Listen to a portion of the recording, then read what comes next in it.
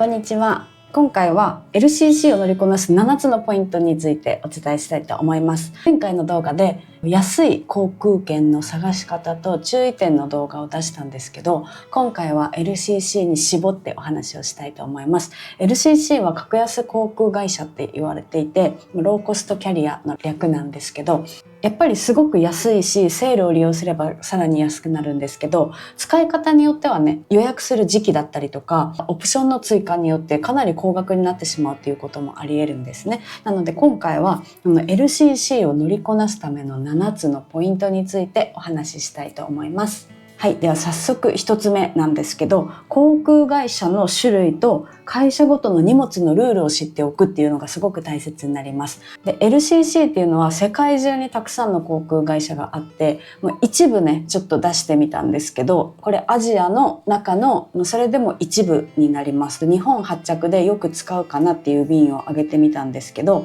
例えば日本だったらピーチとかジェットスター、ジップエアーっていうのがすごく有名で、ジップエアーっていうのは2020年にまだ運航が開始されたばっかりで、比較的新しい航空会社なんですけど、結構長距離路線乗り入れてるっていうことで、例えば日本からハワイだったりとか、アメリカのロサンゼルスとかね、そういう結構長距離の路線を安く買えるっていうことで人気が出ています。で、私はね、タイのバンコクから日本に帰る時にジップエア乗ったことあるんですけど、Wi-Fi がね、Wi-Fi かなり弱いですけど、Wi-Fi が無料で使えたりとか、充電ができたりとかね、なんかそういうちょっとしたサービスも利用できるということで、かなり最近人気になっています。あとは韓国とかマレーシア、タイ、台湾、香港、ベトナムでもうね、すごくたくさんの航空会社があります。で、ここの航空会社によって自宅手荷物、預け入れの荷物の重さっていうのが決まりがあります。で、基本的に LCC っていうのは手荷物が7キロまで、自宅手荷物は別途有料になるっていうのが基本のルールではあるんですけど、航空会社によって全然違うんですね。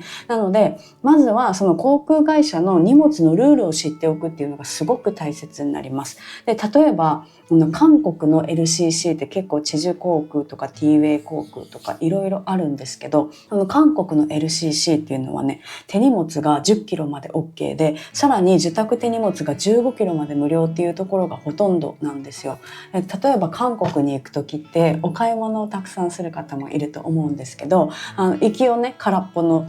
キャリーバッグで行って帰りにたくさん荷物、お土産をとかね、洋服とか買って帰ってくるっていうこともできるんですよね。なのでそれが荷物が無料っていうのはかなりいいサービスだなと思います。で、例えばシンガポールを拠点にしているスクートだと手荷物が10キロまで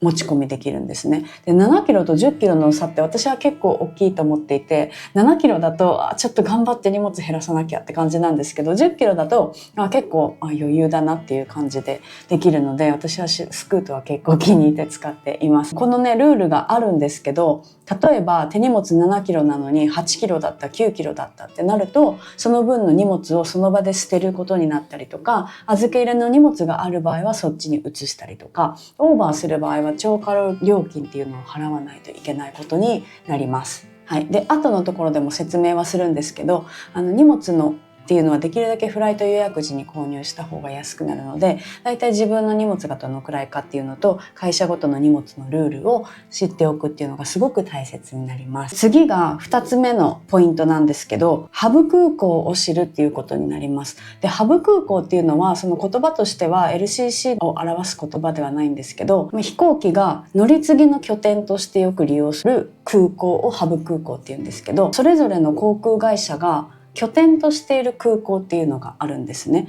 で、さっきのリストなんですけど、例えばピーチだったら関西国際空港、関空がね拠点になっていたり、ジップエアだったら成田が拠点になっていたり、タイのエアアジアとかはドームアンが拠点になったりとか、ある程度拠点が決まっています。で、マレーシアのクアラルンプール国際空港っていうのはターミナル1と2があるんですけど、2はもうエアアジア専用のターミナルになっていて、この空港ね、第2ターミナルだけでもめちゃめちゃ広いんですけど、もう全部エアアジア専用のターミナルになっています。そういう感じでどこの空港をよく利用するかっていうのが大体決まっているんですね。なのでそれを知っておくだけで、ここの国に行くんだったらここを経由してこうやって行くと安く行けるなっていうのが大体分かるようになってくるので、このハブ空港を知るっていうのもすごく大切になります。で、次にね、乗りこなすポイント3つ目なんですけど、これは会員登録とセール情報を受信しておくっていうことがすごく大切になります。で、会員登録っていうのはしなくても別にいいんですけど、例えばフライト公式サイトから直接予約するときに最終的に名前とか電話番号とか、国際線の場合はパスポート番号を入れることもあるんですけど、そういう情報っていうのは必ず入力しないといけなくなるんですね。ただ会員登録を事前にしておけば、ログインするだけでもうその名前とか電話番号とかっていう情報が勝手に入るんですね。なので入力する手間が省けるっていうメリットがあるんですけど、その後のですね、セールを利用するっていうことが今後 LCC 乗りたいなっていう方は増えてくると思うんですけど、セールで購入する時っていうのはもう1分1秒を争うことが結構あって、で今はちょっと私最近ピーチを利用してないので分かんないんですけど、私昔日本に住んでいた時にピーチをかなり利用していたんですね。で、私大阪に住んでいて福岡が地元だったんですけど、もうピーチが運行開始した年からもうずっと利用してたんですけど、ピーチってね、セールがだいたい何日のだいたい夜8時とかかな、7時8時ぐらいからセールが始まりますっていう予告があって、その8時とかになった瞬間にもうサーバーがねダウンしちゃうぐらいすごいみんな一斉にバーってサイトに来るんですよ。その時にもう1分1秒でも早く購入ボタンを押した人が勝ちなんですよね。で、その規定の分のフライトのチケットが売り切れてしまったら通常の価格に戻ってしまうんですけど、この時に会員登録をしてログインをしておくっていうのがすごく大事なんですよ。で、セールが始まる前にサイトを開いておいてログインをしておくだけで航空券を買うスピードがちょっと速くなるんですね。ほんとちょっとなんですけど、でもセールの時にいちいち名前とか電話番号とか入力することを考えたらやっぱりね負けちゃうんですよ、他の人に。で、そういう感じなので、ログインだけはしておくっていうのがすごく大事だと思います。なので会員登録だけはね、お金はかからないのでしておく方がいいのと、あと会員登録するメリットっていうのはメールでニュースレターというかメールマガジンみたいなものが受信できるようになるんですけど、それを登録しておくとセール情報がメールで届くようになります。で、何月何日の何時からいくらぐらいですよとか、今セールやってますよっていう情報が届くので、そのセールの情報をもとに安い航空券を買うっていうことができるので、基本的にどの航空会社も登録をしてメールを設定しておくっていうのがすごく大切になります。次に乗りこなすためのポイント4つ目なんですけど、これ必要なものはフライトの予約時に予約をしておくっていうのがすごく大切になります。で、一番わかりやすいのは預け入れ荷物なんですけど、預け入れ荷物は基本的にさっき有料っていうことをお伝えしました。前回の注意点の動画でもお話はしているんですけど、荷物を予約する時のタイミングによって料金が変わります。で、一番安くなるタイミングがフライトを予約する時です。そのタイミングで予約をするのが一番安いんですけど、予約が完了してしまった後にチェックインをするまでの間にオンラインで預け入れ荷物を追加するってなると、フライト予約の時よりもちょっとだけ高くなってしまうんですね。できれば荷物がもう何キロあるか分かっている時点で早めに予約をしておく。早めにというかフライトを予約する時点で予約しておくっていうのが大切で、チェックインの時に例えば荷物を予約していなかったけど持っていきましたってなるとかなり高い金額になるんですね。で、あとはちょっと1キロ2キロオーバーしてましたってなった時にまた追加料金がかかったりとかで、そういうことがあり得るので、しかも1キロ2キロのオーバーでも例えばなんか8,000円とか9,000円とかかかりましたっていうお話も聞くし、私自身もちょっとオーバーしてしまって追加料金を払ったっていう経験もあるので、できれば必要なものはフライトの予約時に購入しておくっていうのが大切です。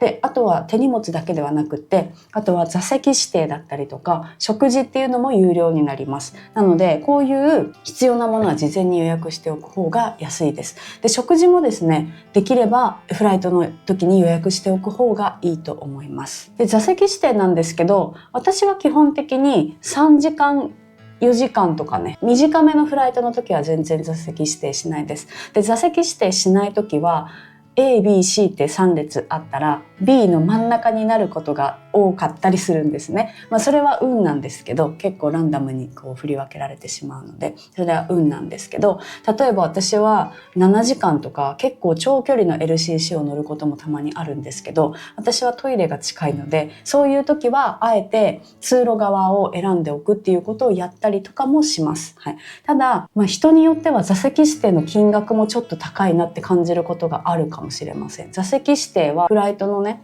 距離だったりとか航空会社によっても違うんですけど、700円ぐらいしたりするんですよね。で、例えばお友達とか家族とかと一緒に LCC で旅行に行くってなった時に、同じ例えば1人で2人分とか3人分とかの予約をしたとしても、座席指定をもししていなかったら本当にバラバラの席になっちゃったりするんですね。なのでもう絶対隣に座りたいとか前後で座りたいとかっていうのがある場合は、座席指定をしておく方が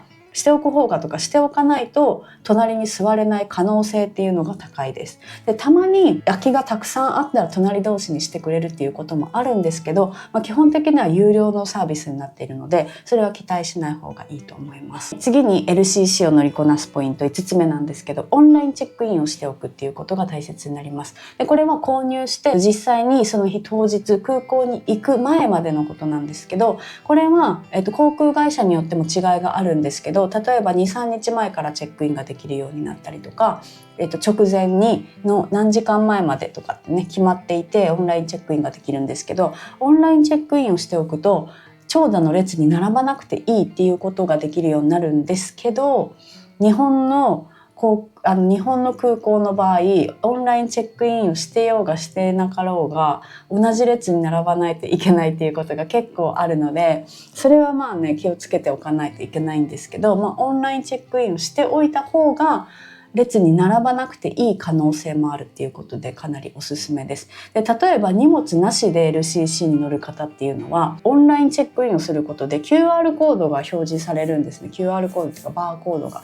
搭乗券のバーコードが表示されるので、それでも日本の場合は紙の航空券を発券しないといけないっていうルールがあるので、オンラインチェックインをしていても荷物がなくても必ずチェックインカウンターに行かないといけないんですけど、海外の例えば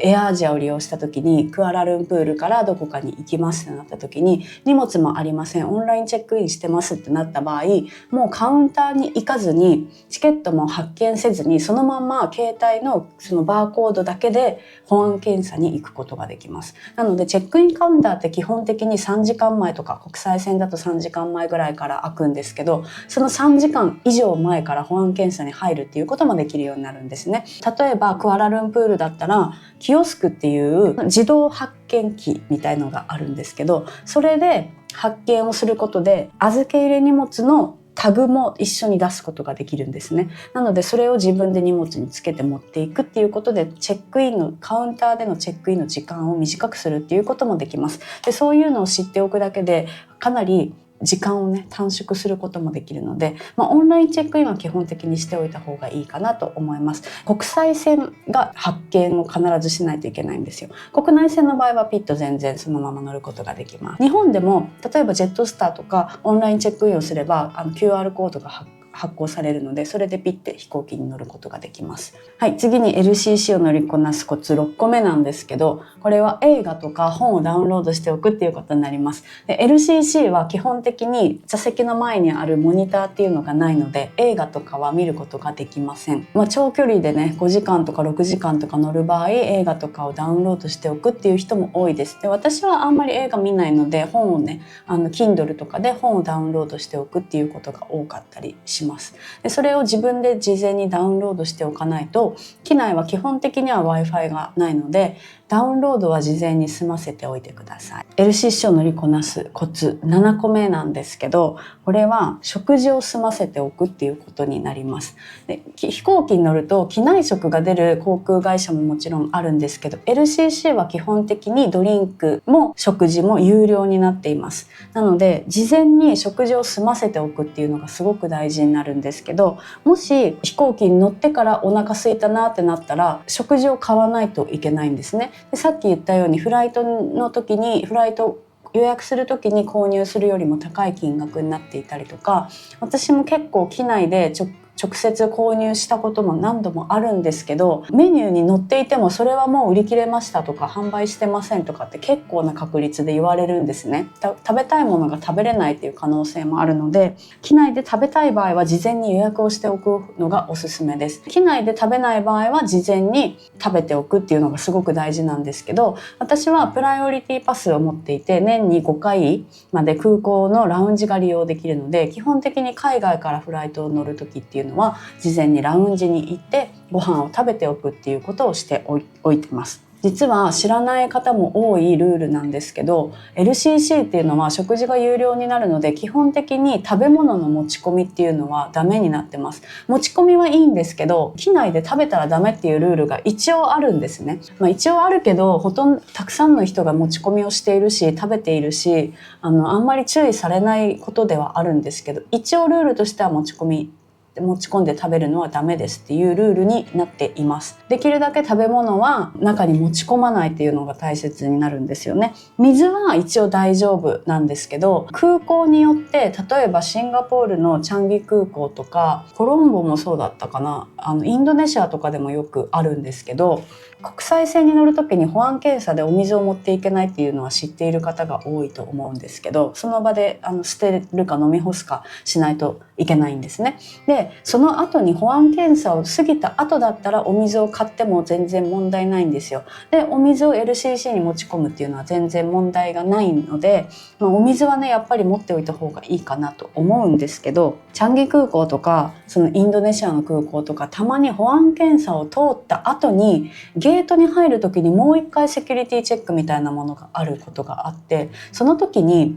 お水ダメって言って捨てないといけなくなったりするんですよ。私はそれを何度も保安検査通った後にお水買ったばっかりのお水をまた取られてしまうっていうことをね経験しているんですよね。なのでたまにそういうことがあるので、水筒を持っておくっていうのをすごくおすすめをしています。でなんでかっていうと、水筒の場合は中身だけ捨てればその水筒だけはね持ち込みができるんですよね。で空港内には結構ウォーターサーバーが置いてあるところがあって、簡単にねお水を入れることができるんですよ。1回だけクアラルンプールの空港でそのお水が全然なんか美味しくなかったっていうことがあったんですけど、基本的には普通のウォーターサーバーと同じように美味しいお水が飲めるんですよね。で台湾の空港だったりとかお湯が出たりするところもあるし、基本的には利用できるし、そういう保安検査を通ってさらにそのゲートの中に入る時にお水を没収されるようなところも、そのゲートの中にウォーターサーバーがあるっていうことがあるので、